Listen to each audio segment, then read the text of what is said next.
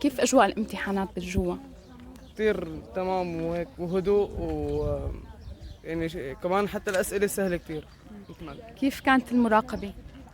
مراقبة كمان تمام، في 3 مراقبين.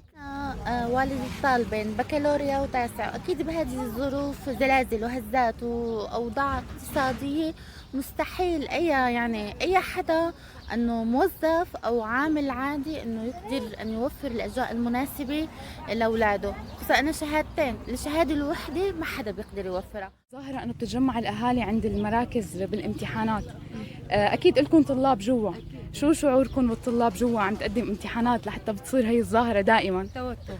شعورت قدرتوا تأمنوا هي السنة الأجواء المناسبة للطلاب ليدرسوا؟ لا لا كان في كتير صعوبات كانت. شو السبب؟ السبب انه يعني ما في كان هذاك انه رياح مثل السنة الماضية واللي قبلها، وهيك كان في السنة كتير توتر. كيف مستوى الأسئلة؟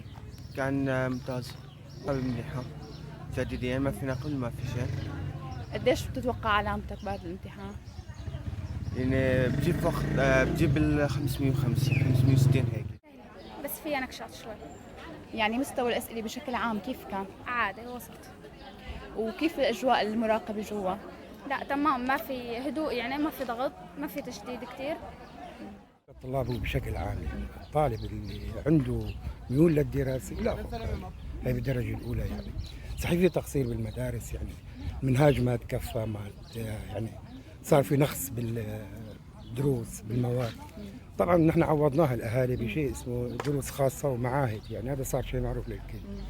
فدائما الطالب يعني اللي بيكون عنده استعداد والنفسية المريحة بالبيت المهيئة له، أكيد إن شاء الله ما بيضيع لهم تعب. يعني فنحن ما فينا نقول دائما إنه التربية إلا برنامج خاص بده يمشي. تعرف إن مرقنا نحن بالظروف البلد، يعني كان يعني آخر مرحلة كان عندنا الزلزال، وهذا كمان سلامة الطالب إنه يدير التربية، بالعكس مشكورين كلياتنا. كيف كان الأسئلة؟ كانت كتير سهلة وكتير إنه دغري حلينا. جوا؟